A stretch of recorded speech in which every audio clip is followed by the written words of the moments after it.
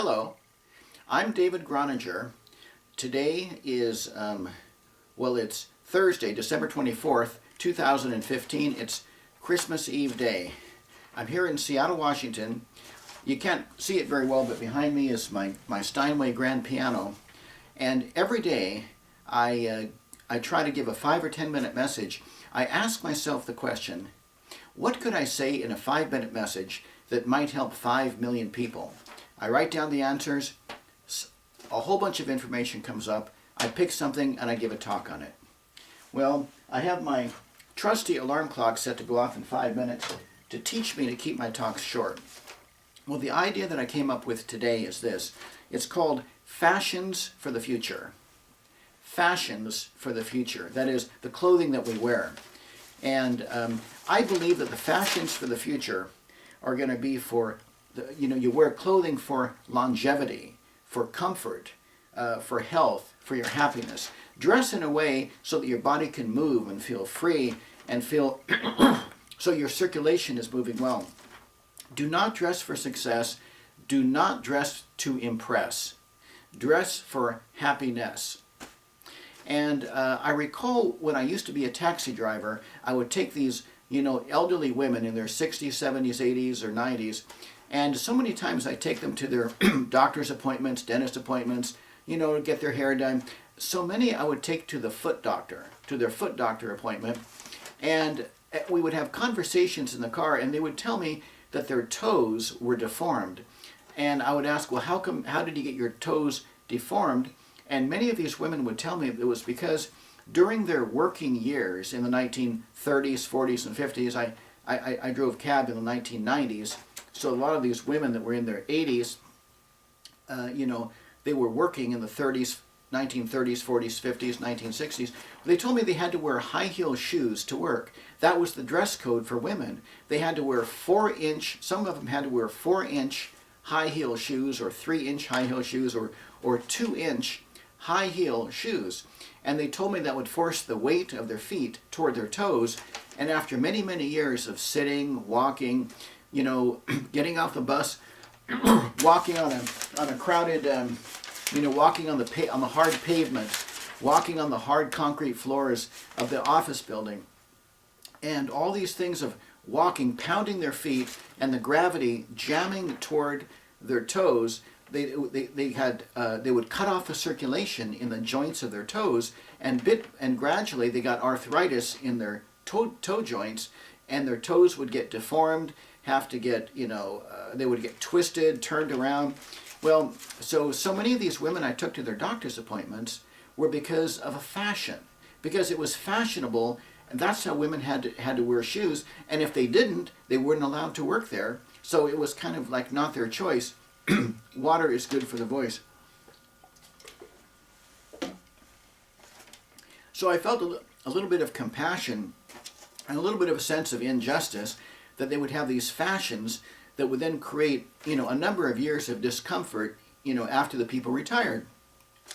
It made me think also of the many types of tight clothing that people wear, tight belts, tight shoes. Both men and women wear tight, wearing tight shoes, tight clothing, clothing that fits tight, maybe to make you look like you're not very fat or something like that, or clothing that's tight in the legs or wherever it is. The idea is that if clothing cuts off your circulation, you're doing something that's impeding the flow of your life. So my talk today on the fashions for the future, I believe that that you should dress for longevity, for being healthy and happy all life long. Dress for health. Dress for happiness. Do not dress for success, and do not dress to impress. Now, obviously, if you work as a firefighter, you have to wear all this protective gear and the helmets and everything. If you're a policeman, you have to wear radios and a weapon and protective clothing as well. And if you work in a freezer in a meat company, you have to wear like a fur coat, or you have to, certain types of work, quite obviously, you have to dress in a way that fits that kind of work. But for so many people on this planet who actually do wear fashionable things that may not be be good for their physical body, I say, wake up, humanity, and do not follow this blind, this blind thinking that you have to impress people or you have to seek the approval of other people by the manner in which you dress or by any manner in which you appear, including your hairstyle. Some people complain, oh, I have a bad hair day. Hey, don't worry about a bad hair day. Someday you're going to have a no hair day. Do not worry about, what do you know?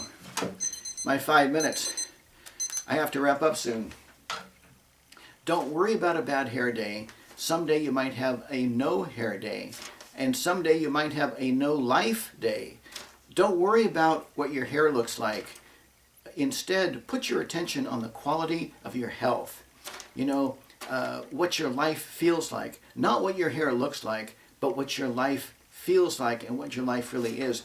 Do not have the appearance in all the makeup, skin cream and colors and hair and clothing design and colors and all this stuff. Don't seek to appear like a successful person, but be a successful person by living your life in the way that's happy for you. Do not dress so that you appear like you're a healthy person. Be a healthy person. Don't dress to appear as though you're a happy person. Be a happy person. So these are the fashions for the future. They're the fashions that are based upon longevity, upon vitality of living, upon the ecstasy of the moment. There's a store called the Lululemon store that sells yoga clothing. And they have yoga clothing, comfortable clothing for the yoga pants, yoga shirts, yoga sweatshirts, yoga socks, and many other stores that sell athletic clothing. I think this is going to be the clothing for the future because it allows the circulation to move better. It'll make it so that when you're a woman who's 70, 80, and 90, you're not going to have crippled toes. And interestingly, when you have crippled toes, when you're 80 or 90, or even 70, it's harder to walk. And because it's harder to walk, you're not going to get the exercise you need, and that's not going to be good for the heart. So do not dress in any kind of a way that's going to create a long-term period of time in your later life that might constrict you from being active. Be active right now, today. Dress in comfortable kinds of ways. And also the other thing, drink lots of this stuff called water. Don't drink the stuff that's called coffee. Probably 99% of the people will turn off the video right now. But I'm telling you, coffee will make you look older. You don't think I'm telling the truth. But it will, because it'll cause you to get less sleep because you don't think you need enough sleep. And then all the benefits that happen with good rest, the way the body, eliminates toxins and metabolizes things, all those processes will be cut short because you won't be getting enough sleep because you'll think the coffee will help you. Drink this stuff called water. I don't know if I look like I'm 59 years old, but in 6 months, I'll be 60 years old. And I've never drank coffee, maybe 4 cups in my whole life. If I want to drink something, pure water all the time. Pure water, pure water. And if I'm going to dress in a particular way, I'm going to dress for longevity, for health, for activity, for relaxation, for comfort. Don't wear tight belts. Don't wear tight clothing. Don't wear shoes that make your feet deformed. Do not follow this crazy kind of an order of, I don't know where it comes from, that you have to impress people.